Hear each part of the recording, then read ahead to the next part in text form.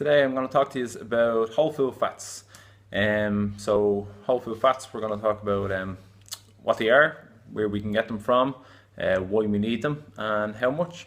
Before I get into that, I just want to say thanks to everyone who commented or sent me a message on the last video on carbohydrates. It's very much appreciated. If you missed that video, I'll put a link in the comments box below this one.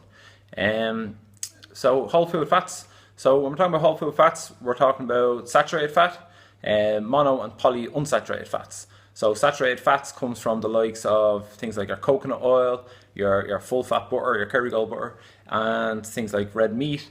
Monounsaturated would be olive oil, avocado, almonds. Polyunsaturated would be things like walnuts, seeds, and fatty fish. So we need a mixture of all the fats in our diet, right? One of the reasons why we need them is a big one is cholesterol. People talk a lot about cholesterol and the problems with high cholesterol, and that's all true. But there's such a grey area with general population people when it comes to fats and cholesterol and health. So hopefully today we can clear up a few things about that. So talking about cholesterol, we talk about HDL and LDL. You've probably heard of people with high LDL and low HDL and being told to cut saturated fat from the diet or cut all fat from the diet. It can cause more problems than good because if your total fat intake is high, cutting some fat from the diet is obviously going to help. But when you need a bit more balance, we'll say. So talking about LDL and HDL, how we can get that is through monitoring your whole food fats. So try stay away from refined and processed fats and be only taking in fats like I've just mentioned already. So other reasons, because we need cholesterol for things like our hormones. Our hormones are synthesized, are made from through cholesterol and through fats. Our brain takes up 1 to 2% of our body, but uses something like 20% of our energy through fats. Our myelin sheath on our nervous system, so it's like the cover of your nervous system that transmits signals. We need fats for that. So we need fats for tons of stuff in the body. So by just saying to someone, eliminate fats, it's too broad a response to a problem. So what you need to kind of do is to monitor what is your whole food fat. So when you're looking at food, you should know, okay, well, this is a fat and it's going to contribute more towards my daily fat amount. How much fat you should have. Like a lot of people aren't going to monitor their food too strictly, but let's say if on the kind of upper end, if you were to say 1 gram per kilo of body weight. So let's say you're a 60 kilo female, you take in 60 grams of fat. If you're a 90 kilo male, you take in 90 grams of fat. And if you were not exceeding those, that is perfectly fine. If you were so how you'd monitor that is, I like to kind of round things off, or just as guidelines, into either 15 gram portions. So 15 grams is roughly going to be a thumb size, a tablespoon of oil, things like half an avocado would be 15 grams, 3 eggs. Each egg is only 5 grams of fat. But what you need to monitor is how much saturated to poly and monounsaturated fats that you're taking in. So let's say you're a 90 kilo male, you're looking to hit 90 grams of fat. So if you put that into 15 grams portions, so let's say you can have 6 portions of fat. So let's say 1 tablespoon of coconut oil is going to be 1 portion. Let's say half an avocado is going to be 1 portion. Let's say a thumb of almonds, what's that, about 10 almonds, it's going to be a portion. A tablespoon of olive oil. So you need to monitor a little bit closer, but if you can round it off to rough guidelines of 15 gram portions, you're not going to be doing too bad. If you don't monitor your food at all, but you start to take in just little bit of observation into things like we talked about how much carbohydrates when we need them. Now we want to know as well, what fats are you taking in? Are you consciously monitoring your fat intake? If you're a person who has basically a diabolical nutrition plan where you're just grazing all day long, it's really hard to monitor your food.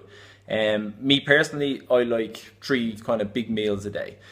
Other people respond well to kind of 4 meals a day. So you'd have a breakfast and a dinner, and between the two, you'd have 2 kind of lunches as such.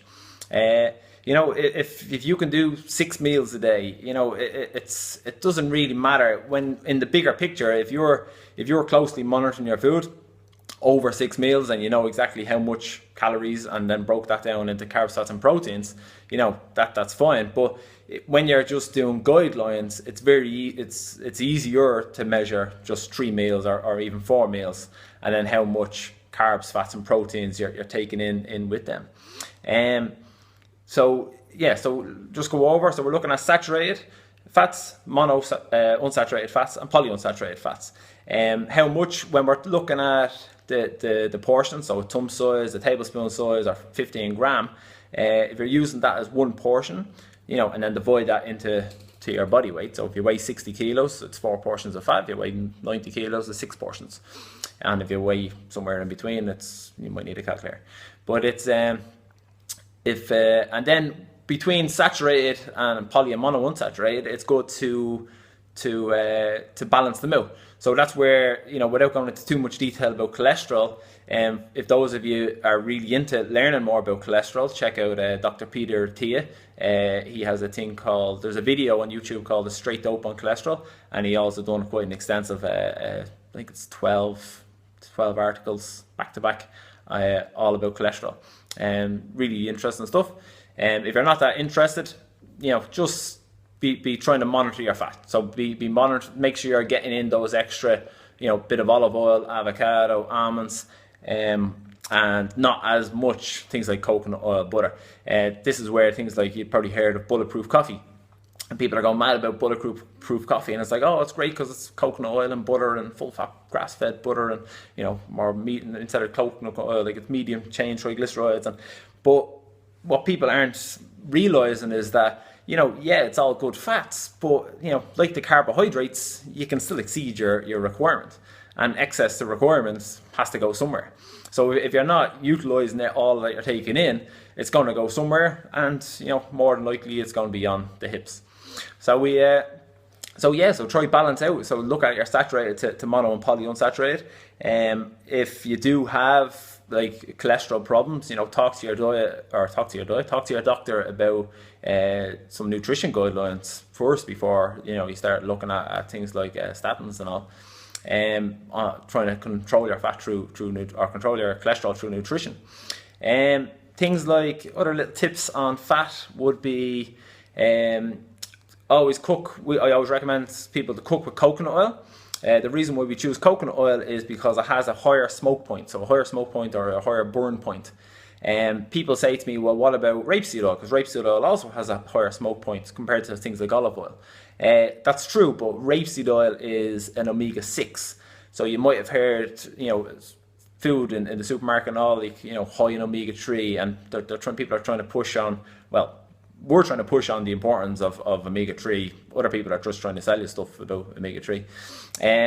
So the reason why that is because I think the average Irish person has something like a 10-to-1 ratio of omega-6 to 3, which is quite high because omega-6 can be pro-inflammatory. So it can cause inflammation in the body.